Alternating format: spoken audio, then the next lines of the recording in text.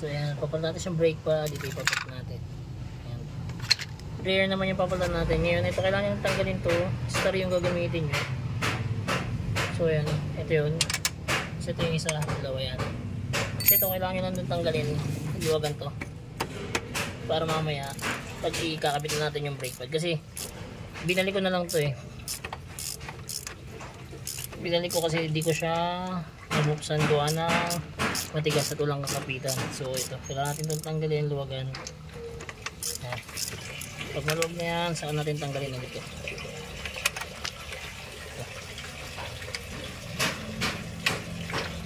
Tapos ito isa sa ibabaw.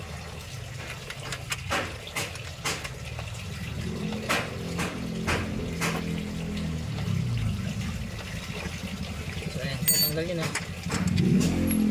Tanggalin natin ito. Ayan.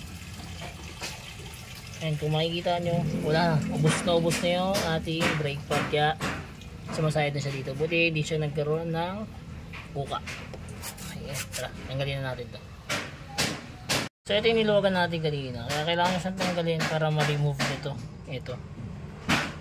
Pag na-remove nyo yan, tatanggal nyo na siya. So matatanggal natin yung ating lumang brake pad. Mapapalitan natin ng bago. So ayan, ito dito natin siya inugot. Ayan dyan. So ito yung papalitan nating brake pad. So ayan, kita nyo, wala na, diba? Ubus na talaga siya, mga kadiskarte. Sulit na sulit si puti. So ayan, napalitan natin ang ating brake pad. Salpak na natin ulit dito.